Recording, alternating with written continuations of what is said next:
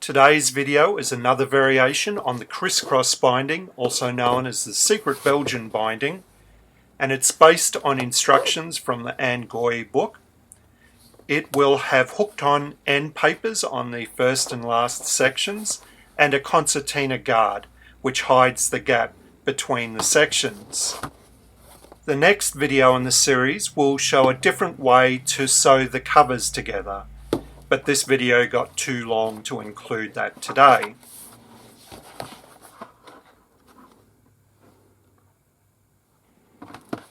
So we'll start by making the cover for the first book, and this is exactly the same as the variation in the first video on the Anne Goy variations.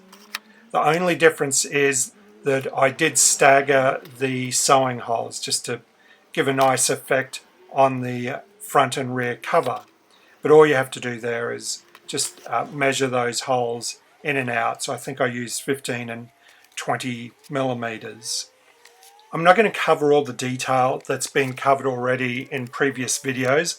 I'll just give hints as to what needs to be done, and if you go back to the previous video to get the details on how to make it. Now it's time to hook on the end papers to the outer sections. I want to use the same material as the paste down, which is a fairly heavyweight card. Well, sorry, no, it's a heavyweight paper or a light card. There's a number of different ways that you could hook on these single sheets that are slightly wider than the sections. But because of the weight of the paper, I'm going to fold it around the sections and then use PVA adhesive to glue them on. Once the end papers are hooked on, I'll trim the four edges to match the width of the sections.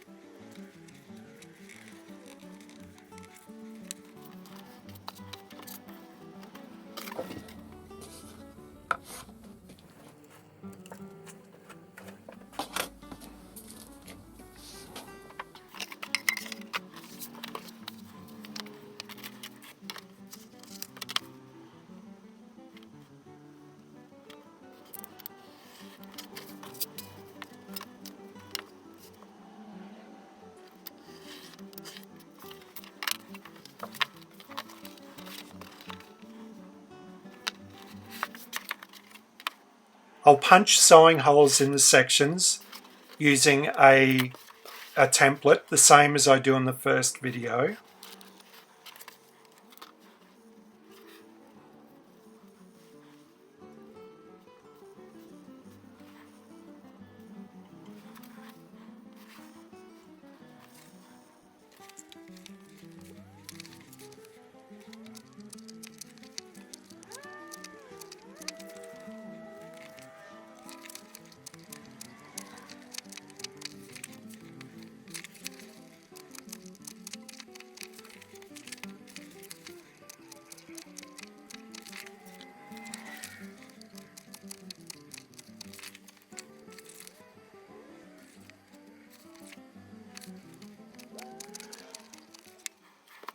Before we start sewing, we need to fold a concertina guard.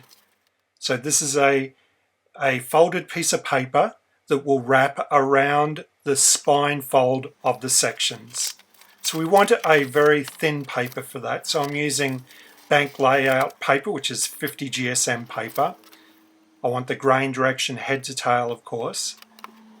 Now it's a bit easier if you make the stubs a little wide. So these are going to be 1 centimeter wide, which is maybe a little wider than you want because the stub will be noticeable between the sections. But the smaller you make the stubs, the harder it is to sew it in place. So I'm sort of making a compromise to make it easy for me to do the video, and making it a little bit larger than you probably want to do for your own books. It is quite tricky to get even folds, and thus why I'm using the cutting mat to help guide me. Now, we need a stub between each section, except the outer two sections, front and back, needs a stub plus a single piece of paper, and that piece of paper will paste onto the outer sections and hide the bit of hooked end paper that comes around the section.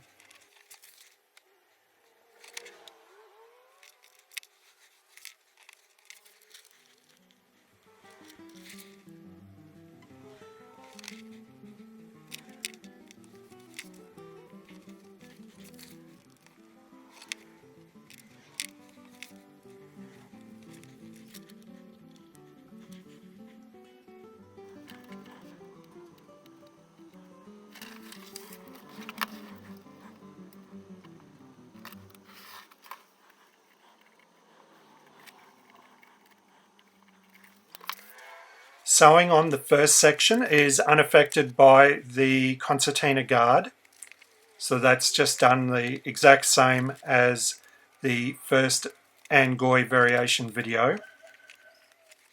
It's when we go to attach the second section that we have to insert the guard. So we'll put the first stub between the first and second sections. Now the guard doesn't have the sewing holes in it, so we'll put it in place and then use the awl to punch through the existing holes to put the holes in the guard. Now the sewing just continues the same as before, but with this floppy guard in the way, just to make sewing a little bit more complex. This concertina guard could be applied to any of the bindings that don't have adhesive on the spine, so that when you open them up, you don't get that gaping hole between the sections. Now on other books, such as maybe the Coptic Sewn Journal, it's a lot easier to do the sewing because you don't have this spine piece of board that gets in the way. This concertina guard is also used in conservation work. If you're rebinding a rare or valuable book, then you may not want to put adhesive on the back of the sections. By putting this concertina guard in around the sections, then the guard gets the glue on the spine and not the original book. I've never used a guard like this in a rebinding project, but I believe that people that do use it, they fold the stub as they reach the section or as they need the stub. So there's a sheet of paper above the sections that they're sewing, and when they go to add a new section, they put a new pleat in the concertina. Another use of this guard is if you're making an album that's going to have things inserted into it later. So instead of using really thin paper, you use a paper that's the thickness of the material that's going to get inserted into the album. And potentially, instead of using sections with multiple sheets, you could use single sheet sections made of a card, and then you can put a single folded piece of guard inside this folded piece of card, which provides a space inside the section, and then the concertina provides the space between each section. So the spine will have a swell to it, and the book will be thinner at the foredge until the album is filled with the material. It might be photos or artwork at a later date.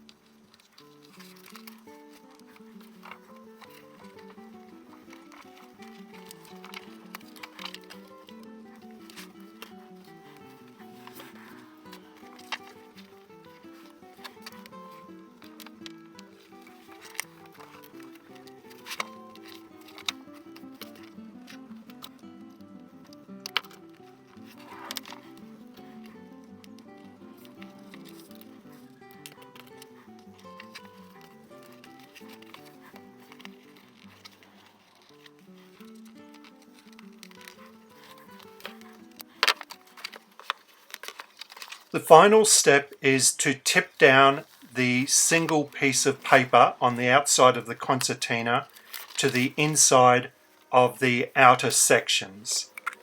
This will hide the hooked on end paper and provide attachment for the first pleat in the concertina. I'm a bit casual on how I attach the first one. On the second one, I put a bit more effort into making sure it fits down into between the sections properly.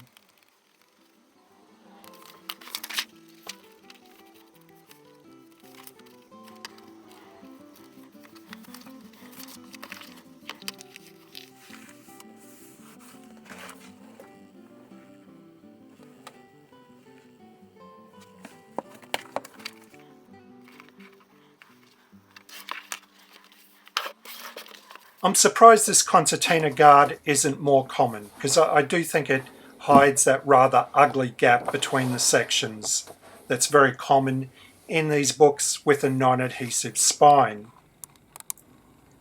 And I think the addition of the end paper to match the paste down is nice as well. That is this week's video done. The next video in this series will be the variation of how to attach the boards. I hope this provides ideas and inspiration for your own binding. If you've enjoyed this video, I really appreciate you hitting the big thumbs up button. If you're able to and would like to, your support on Patreon would be greatly appreciated, and there's a link in the description below.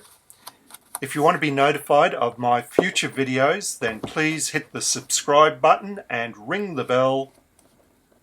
I hope everyone's staying safe in these continued difficult times. Until next time, cheerio.